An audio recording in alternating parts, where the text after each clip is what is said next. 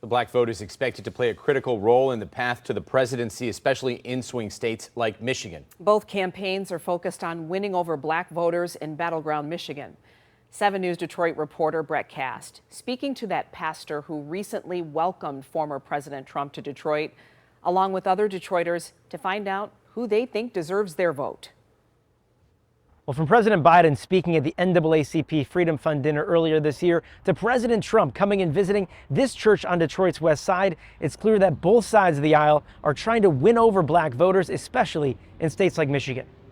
Just a month ago. I mean, can you believe it? For his birthday, he came in this room in the hood. Pastor Lorenzo Sewell says he never imagined he'd find himself front and center with the Trump campaign. He first hosted the former president at 180 Church in June, and then...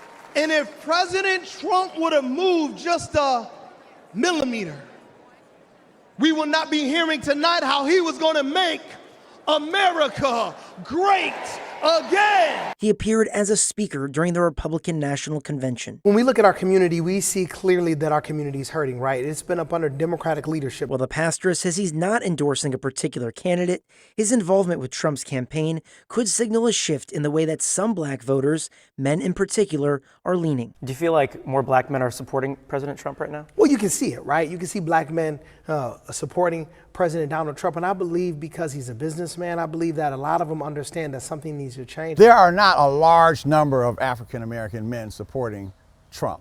It just is not the case. But political consultant Mario Mauro disagrees, pointing to thousands of black men and women who in the last 48 hours have been raising millions of dollars and rallying strong support for the now presumptive nominee, Kamala Harris. There was an effort when President Biden was still in the race, but now that Vice President Kamala Harris is in the race, there's a full court press, especially among black men and black females. You don't have anything more powerful than America than a black woman. So I understand that there are allegiances there, but sometimes that can be misguided. I've had people call me this afternoon and say, vote for Kamala Harris because she's black.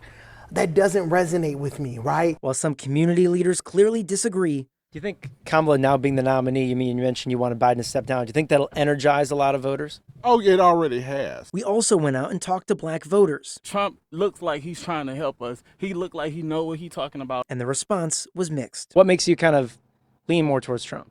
The fact that they paint him to be the bad guy so much. That's why. I'm terrified if that man is in there.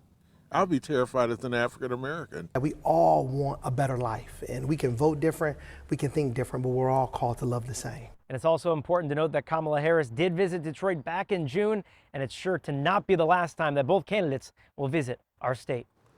On the west side of Detroit, I'm Brett Cast, 7 News Detroit. Thank you, Brett.